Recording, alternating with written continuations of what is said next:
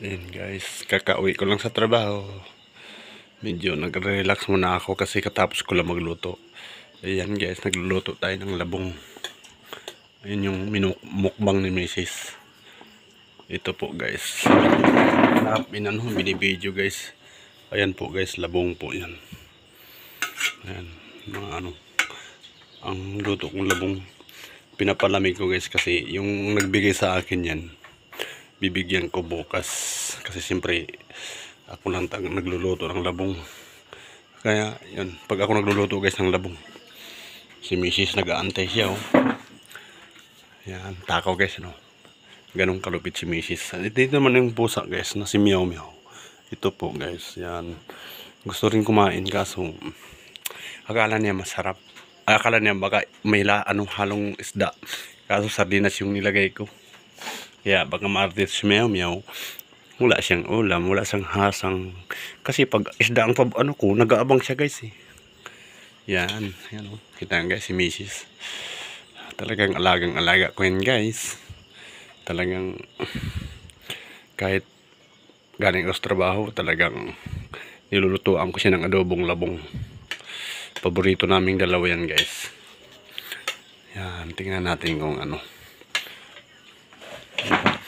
Kaso medyo nilagyan ko ng suka guys kasi naubusan ako ng oyster sauce.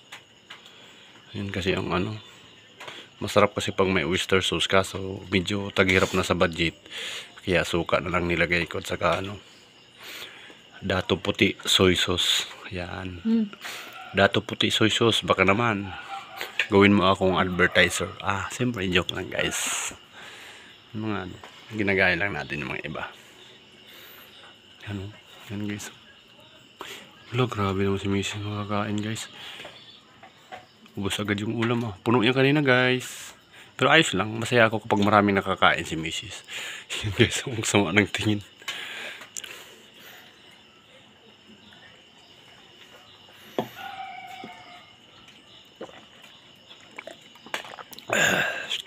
Siyempre guys, dahil galing ako sa trabaho, may libre naman kami kain doon eh.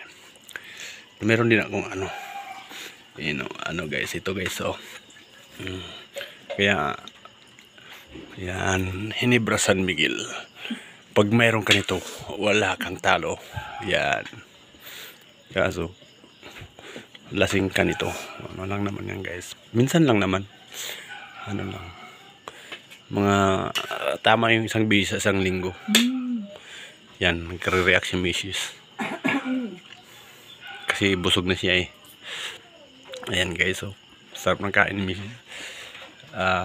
Bukas ng umaga guys, iinitin ko lang